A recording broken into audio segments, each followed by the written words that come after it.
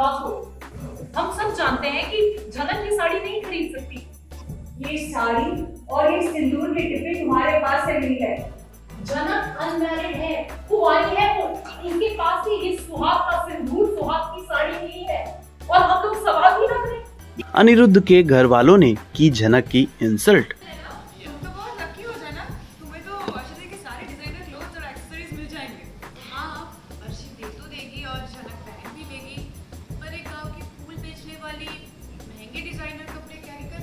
जी हाँ, सीरियल झनक का ये सीक्वेंस है बेहद ही इंटरेस्टिंग, जहाँ पर आप देखेंगे कि लक्ष्मी पूजा के लिए सभी घर वाले इकट्ठा हुए हैं और उसी में देखिए कैसे एक एक करके सभी लोग झनक के कपड़ों का मजाक बनाते हैं। तुम्हें समझ नहीं आया? पाँव ढकने हैं, पंडित जी शांति जल देंगे, पाँव ढक लो, ये अच्छा रिचुअल है। समझ गए? अच्छा, समझ गई? ये कहते ही होंगे लोग, वो नए जैसे ही है, ऑलमोस्ट। तो फॉलो किया और वैसे भी झनक इस घर में आई है क्योंकि वो खेले गए, उस नाते खेले किए गए कपड़े तुम तो बहुत लकी हो जाना, तुम्हें तो अर्शी के सारे डिजाइनर क्लोथ्स और एक्सेसरीज मिल जाएंगे। हाँ, अर्शी दे तो देगी और झनक पहन भी लेगी, पर एक गांव की फूल बेचने वाली महंगे डिजाइनर कपड़े कैरी कर पाएगी। लेकिन उनकी बातों का जवाब देते हुए झनक अपने गांव की एक कहावत घर वालों के सामने बताती है।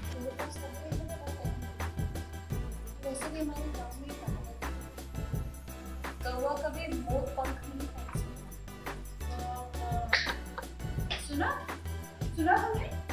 तुम तो अच्छा करने जा रही थी ना? देखो क्या चटपट से जवाब दे दिया।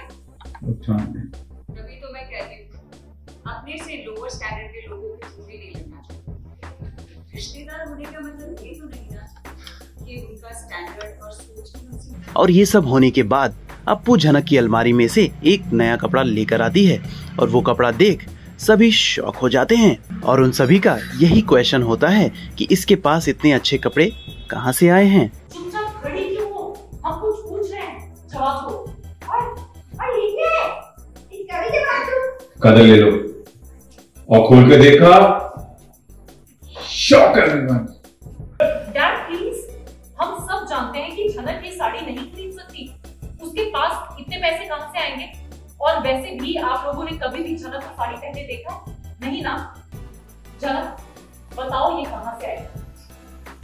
तुम समझती हो ना कि हम सब तुमसे कहे, हाँ ये साड़ी और ये सिंदूर के डिब्बे तुम्हारे पास से मिली है, तो ऑब्वियस है ना हम सब तुमसे सवाल करेंगे। बताओ। यस मॉम, ये सामान झनक की कबर्ड से अप्पू दी को मिला है। बाबा जी बाबा, सामान तो लोग कबूल नहीं रखेंगे ना। अब क्या अर्शी तुम भी झनक के पीछे पड़ गई हो? अरे अर्शी, भाई साहब इसकी माँ को इतनी तनख्वाह तो नहीं दी और ना ही फूल बेचकर इसने इतने पैसे कमाए। ये सब कुछ अफोर्ड कर सकते हैं। क्या नाम है इसका? इसके साथ इसकी शादी होने वाली है। इसको मंडप पर छोड़कर ये भाग रहे। माना अगर तेजस ने दी है ये साड़ी, क्या नहीं पहुंचती। झनक, जब तक हम सबको साफ साफ जवाब नहीं दे जाते तब तक सवाल उठते रहेंगे। इसकी पर्सनल लाइफ है और आप सबने इसे डिस्कशन का मुद्दा बना दिया है। Let it go. What you mean let it go? तुम कितना सीरियस मैटर है ये समझ नहीं पा रहे हो? झनक अनमैरिड है, कुंवारी है वो। इसके पास ही ये सुहाग का सिंदूर, सुहाग की साड़ी नहीं है और हम लोग सवाल भी ना करें। ये क्या बात है? तुम मासूम हो, इसलिए तुम्हारे लिए मैं कर देती हूँ। लेकिन हर बात पे इतना दया दिखाना जरूरी नहीं है कि तुम तो अपने बाप का नाम तक नहीं जानती। तो ये सब सुहाग की निशानी है। बात कुछ हजम नहीं हुई है। हजम तो मुझे भी नहीं है। आपका ये गुस्सा, आपका ये लहजा, इतनी बड़ी देखी है, दुनिया देखी है आपने। लोग आपको जानते हैं, पहचानते हैं, मानते हैं। कितना का जुम्मा, लेकिन मेरी कोई कमी नहीं। पराया फील कर रही है। जो मेरी माँ के साथ हुआ, उसकी जिम्मेदार मुझे नहीं थी और ना मैं हूँ। लेकिन सच और झूठ, इसका सबूत नहीं है मेरे पास। फिर भी आपने नहीं किया, मुझे सब फिर भी आप ये सब सुनना चाहिए। लो बेटी को अपनी माँ के लिए ऐसे शब्द सुनना चाहिए, उसे अच्छा लगेगा नहीं ना? उसे अपने दिल की शादी में भी आपने मेरी बात बहुत बेइज्जती की, बहुत बुरा सुनाया आपने। और आज आपको उसकी तकलीफ हो रही है क्योंकि मैं यहाँ आ गई हूँ, लेकिन सच तो ये है किसी को क्या पता है कि गलती से कोई झलक नहीं होती है ना। प्लीज एक बार फिर अपनी गलती सुधारने की कोशिश करती हूँ। अरे बड़ों के बीच में जो कॉम्प्लिकेशन हुई है उसका भुगतान इसे करना पड़ रहा है, सबके सामने बेइज्जत होना पड़ रहा है, माँ के बारे में अनाप शनाप सुनना पड़ रहा है। बस आई सारे फसाद की जड़ ये सारी है। अगर ये तुम्हारी माँ की शादी है तो ये तो पुरानी होनी चाहिए ना। इसे देखकर ऐसा लग रहा है मानो अभी अभी दुकान से खरीदी हो।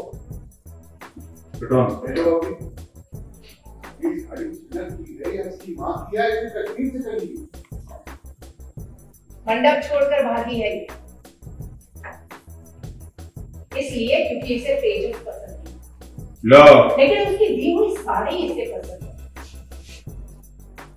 असली बात कुछ का बहाना नहीं। ये साड़ी तेरे से नहीं, ये साड़ी तेजस है। तो फिर किसने दी है? पता नहीं। अगर तेजस ने दी होती ना तो वो सिर्फ साड़ी देता। और ऐसी बहुत सारी बातें हैं जो मैं आप सबके सामने बोलना नहीं चाहती। नहीं आती, वो तो अब रही है। आपके वर्ड बहुत चुभने वाले होते हैं। कोई भी इंसान एक हद तक सह सकता है। तो चलिए इस पूरे सीक्वेंस के बारे में खुद अप्पू और अर्शी से सुनते हैं। झनक के ऊपर एक के बाद एक धीरे चली जा रही है। Please tell something about this sequence, क्या हो रहा है? तो कुछ ना कुछ तो हो रहा है, मतलब एक के बाद एक कुछ ना कुछ हो ही रहा है। और अभी जो हो रहा है कि पूजा में सब लोगों ने नई साड़ी पहनी है और सब कुछ। तो झनक को नए कपड़े नहीं मिले हैं और फिर उसके अलमारी से एक नया कपड़ा मिला है। तो सबका क्वेश्चन है कि उसके पास पैसे नहीं है तो कैसे आए कपड़े और क्या। तो उसको बेसिकली वो गांव से आ रही है और वो थोड़ी सी टिमिड है ये बोल के, तो उसके ऊपर चढ़ जाते हैं लोग। And like me, I am the person जो उसको सपोर्ट, मतलब अप्पू का जो मेंटल स्टेट है तो उसमें वो कुछ भी बोल देती है। हाँ, और झनक उसको बहुत अच्छी लगती है फ्रॉम द फर्स्ट डे। जब से वो घर आई है तो उनकी दोस्ती भी हो गई है। तो अप्पू का काम है झनक को सपोर्ट करना, उसको प्रोटेक्ट करना। और कहीं कहीं कुछ हद तक उस अप्पू झनक के लिए एक वॉइस भी बनती है कि कोई नहीं है घर में उसके लिए बोलने वाला। शायद वो सोच के नहीं बोलती है अप्पू, या कुछ ऐसे समझ के नहीं बोलती है, पर एज ए न्यूट्रल इंसान उसको जो सही लगता है, क्योंकि उसका दिमाग तो बच्चे की तरह है, तो वो उतना कॉम्प्लिकेशंस उसको समझ में नहीं आता है। उसको बेसिक जो समझ में आता है, जो उसको सही लगता है, तो उसी पे वो रिएक्ट करती है। और झनक अप्पू को सही लगती है और इसलिए झनक को अप्पू लाइक सपोर्ट करती है। साड़ी लाकर अप्पू ने झनक के लिए एक नई मुसीबत खड़ी कर दी है। हाँ वो हाँ वो तो कर दी है, क्योंकि अप्पू का काम ही यही है। पर आप इस कहानी के साथ रहेंगे तो धीरे धीरे आपको पता चलेगा कि वे जो भी अप्पू मुसीबत खड़ी कर रही है वो कहीं ना कहीं शायद झनक के फेवर में ही जाएगा। लेकिन अनिरुद्ध का जिस तरीके से सपोर्ट दिख रहा है, कहीं ना कहीं उनको हमेशा सपोर्ट करते हैं जी, घर वालों के दबाव में जी। देखिए, एज अ कैरेक्टर तो मैं बताऊँगी कि जनरली ऐसा ही होना चाहिए कि जो भी उन लोगों के साथ हुआ है वो फोर्सफुली हुआ है। तो इनमें किसी का तो वैसे इन तीनों का तो कोई ये नहीं था। तो एक नॉर्मल इंसान तो यही करेगा ना, उसको लाइक जो भी गलती हुई है उसको सुधारेगा। एंड झनक उसकी उम्र की एक लड़की है, तो आई थिंक उसको सपोर्ट करना, उसको थोड़ा सा बैकअप देना, तो I think this is normal, this is very normal. The current situation, झनक के ऊपर काफी मुसीबत आ चुकी है, सारे लोग छोड़े जा रहे हैं उसके ऊपर। What do you have to say on that current situation? I think देखो, एक तो सबने जो बोस फैमिली है उसने एक तरह से झनक पे एहसान किया है कि कोई अनजान लड़की किसी और शहर से इतने बड़े शहर में उसे हम शेल्टर दे रहे हैं, वो किसी के घर रह रही है। और अब घर में रह के जब उसकी कबर्ड से कुछ ऐसा क्वेश्चनेबल मिलेगा तो सब उससे क्वेश्चन पूछेंगे। आई थिंक अगर आपकी फैमिली में भी कोई लड़की गांव से आके रह रही है और उसके पास कुछ ऐसा निकलता है जो उसके पास नहीं होना चाहिए या जिसका कोई पॉइंट ही नहीं है, कोई रीज़न ही नहीं है, तो आप भी क्वेश्चन पूछेंगे। On top of that she is not able to answer, उसके पास कोई जवाब भी नहीं है कि ये कहाँ से आया, किसने दिया, और वो सबको मुंह पे जवाब दे रही कि मुझे नहीं बताना है, तो क्वेश्चंस तो उठेंगे। लेकिन इज इट गुड कि आपने अगर चलो किसी को अपने घर में पनाह दी है जानते हुए नहीं, फिर भी उसको इस तरीके से ह्यूमिलिएट करना, इज इट गुड?